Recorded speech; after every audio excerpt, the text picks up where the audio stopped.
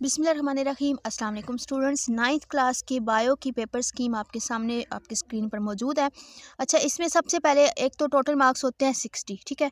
अब जो है वो उसमें ऑब्जेक्टिव में देखें तो हमारे पास 12 मार्क्स का पेपर होता है, ठीक है ना, ऑब्जेक्टिव पेपर। उसमें MCQs किन किन चैप्टर्स में से आते हैं वो आप अपने ये देखें।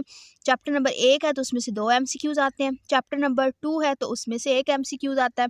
चैप्टर नंबर 3 से भी 1 MCQs आता है। चैप्टर नंबर 4 में से 1 MCQs, 5 में से 1, 6 में से 1, 7 में से 2 MCQs आते हैं। और इस तरह चैप्टर नंबर 8 में से भी 2, चैप्टर नंबर 9 में से 1 MCQs आता है, ठीक है ना। इस तरीके से ये हो जाते हैं 12 MCQs, जो 1 नंबर का होता है और 12 नंबर का ये पोर्शन होता है आपका। अच्छा, उसके बाद अगर हम देखें तो हमारे पास आ गया सब्जेक्टिव पोर्शन, ठीक है ना। उसमें हमारे पास क्वेश्चन नंबर 2 यानी क्वेश्चन नंबर 1 तो ये आ जाता है ना MCQs का।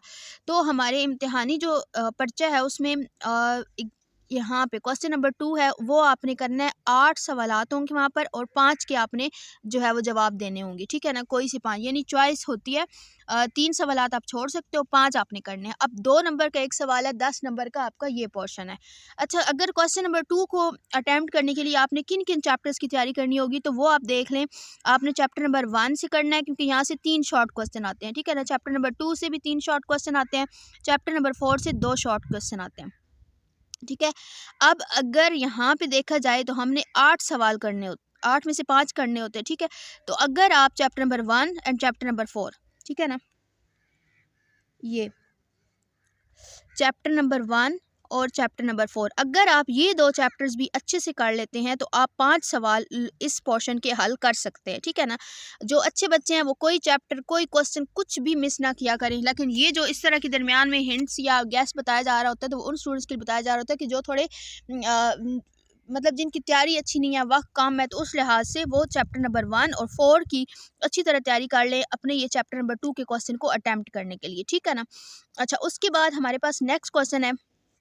अच्छा, इसमें आप देख सकते हैं कि ये भी सेम उसी तरह आता है। क्वेश्चन नंबर 3 में भी यूं ही है कि आपने 5 सवालों के जवाब देने होते हैं 8 में से, ठीक है।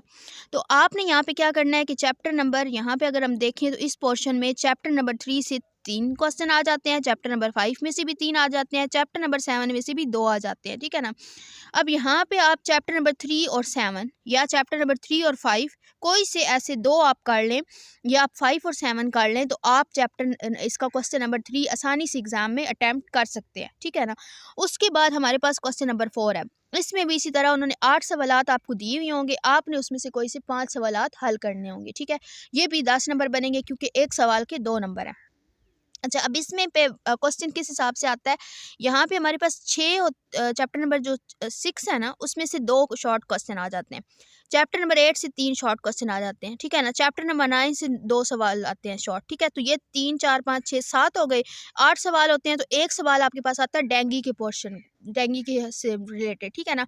वो एक सवाल आ जाता है। तो यहाँ पे भी आपने 5 सवाल हल करने हैं तो या आप 6 और 8 कर लें या 8 और 9 कर लें या एक क्वेश्चन साथ वैसे डेंगू वाला। ये गिने चुने 4-5 सवाल होते हैं, उन्हीं में से ही हर दफ़ा रिपीट होता है, ठीक है ना। बेसिक सारा डेंगू से के टॉपिक से रिलेटेड होता है। अच्छा, उसके बाद हमारे पास लॉन्ग क्वेश्चन का पोर्शन आ गया है। लॉन्ग क्वेश्चन में उन्होंने हमें 3 क्वेश्चन दिए होते हैं, जो क्वेश्चन नंबर 5 है, क्वेश्चन नंबर 6 है, क्वेश्चन नंबर 7 है। और वो हमें कहते हैं कि आप इसमें से 2 के जवाब दें और हर सवाल 9 नंबर का होता है, ठीक है ना। एक पार्ट 4 नंबर का होता है, एक पार्ट 5 नंबर का होता है और हर क्वेश्चन का पार्ट A B यानी 2-2 में होगा। अगर आप इम्तिहानी पेपर में आप क्या करते हैं कि क्वेश्चन नंबर 5 को चूज़ करते हैं कि मैंने क्वेश्चन नंबर 5 अटैम्प्ट करना है, तो फिर आपने उसके A और B दोनों पार्ट करने होंगे। और इस तरह आपने क्वेश्चन नंबर 6 को चुना है तो आपने उसके भी A और B पार्ट करने होंगे। आप अगर एक पार्ट इधर से करते हैं, एक इधर से करते हैं, ठीक है, तो आपको उसी दोनों क्वेश्चन के हाफ मार्क्स मिलेंगे, ठीक है ना। और ऐसा नहीं हो सकता कि आप तीनों के एक एक पार्ट कर लें तो आप समझें कि नहीं जी हमें कोई एक क्वेश्चन के फुल मार्क्स मिल जाएंगे, तो ऐसा नहीं होगा, ठीक है। अच्छा, क्वेश्चन नंबर 5 में A पार्ट आएगा चैप्टर नंबर 1 से, B पार्ट आएगा चैप्टर नंबर 9 से, ठीक है ना।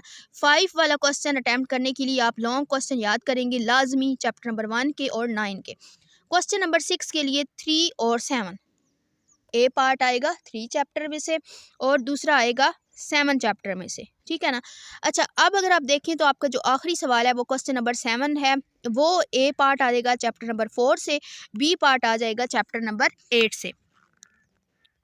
ठीक है ना।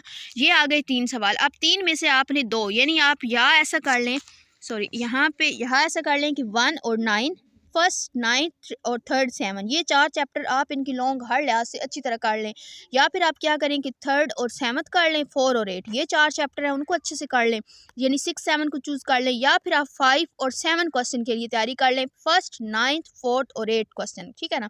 अच्छा, एक और बात है कि जो वैसे तो शायद चैनल पर अपलोड हो चुकी है ये बात, कि अब आपके यानी ये अगर बायो का पेपर है ना 60 मार्क्स का, तो 60 मार्क्स में से जैसा कि पहले ये चीज़ अनाउंस हुई हुई है, बहुत से स्टूडेंट्स हैं, तकरीबन सभी को अब तक मालूम होगा, उनके अपने स्कूल्स की तरफ से भी, अपने सब्जेक्ट टीचर्स की तरफ से भी, कि आपका 25% पेपर एनालिटिकल आएगा, कंसेप्ट से रिलेटेड आएगा, और 75% आपका नॉलेज बेस्ड होगा, ठीक है ना। पहले अक्सर क्वेश्चन इसी हिसाब से आते थे कि 100% ऐसे होता था कि, या मतलब जो नॉलेज बेस्ड के, अब क्योंकि अब जो है वो थोड़ा एक कोशिश की गई है कि रट्टा सिस्टम को थोड़ा बाय बाय करें, तो उसके लिए उन्होंने हमारे पास 25% एनालिटिकल क्वेश्चंस देंगे, वो कॉन्सेप्चुअल देंगे, और 75% आपका नॉलेज बेस्ड आएगा, ठीक है ना।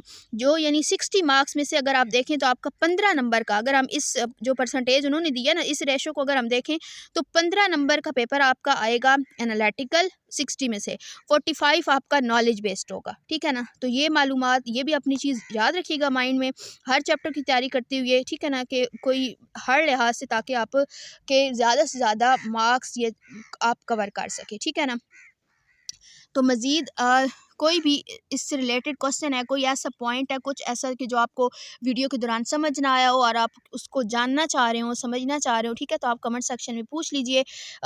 वो, और दूसरी बात है कि और भी कोई किसी और सब्जेक्ट से रिलेटेड आपकी जो है वो माइंड में कोई क्वेश्चन है, तो आप वो भी कमेंट सेक्शन में पूछ सकते हैं, ठीक है। अपनी तरफ से मैंने कोशिश किया कि आपको पेपर की स्कीम जो है वो टाइम से सारी अच्छी तरीके से समझ आ जाए। फिर भी कोई कमी पेशी है तो आप मुझे ज़रूर बताइएगा। फ़िलहाल दीजिए इजाज़त, और बाकी जितने भी आपके सब्जेक्ट्स हैं ना, वो 9th क्लास के या 10th क्लास के भी अगर कोई स्टूडेंट्स हैं, तो 9th के या 10th के हों, तो फर्स्ट ईयर सेकंड ईयर, वो आपको हर 2024 की सारी जो पेपर स्कीम है वो आपको चैनल पर मिल जाएगी, और प्ले लिस्ट भी मैंने बना दी है, आप उसका भी विज़िट कर सकते हैं, ठीक है। फ़िलहाल मुझे दें इजाज़त, अल्लाह हाफ़िज़।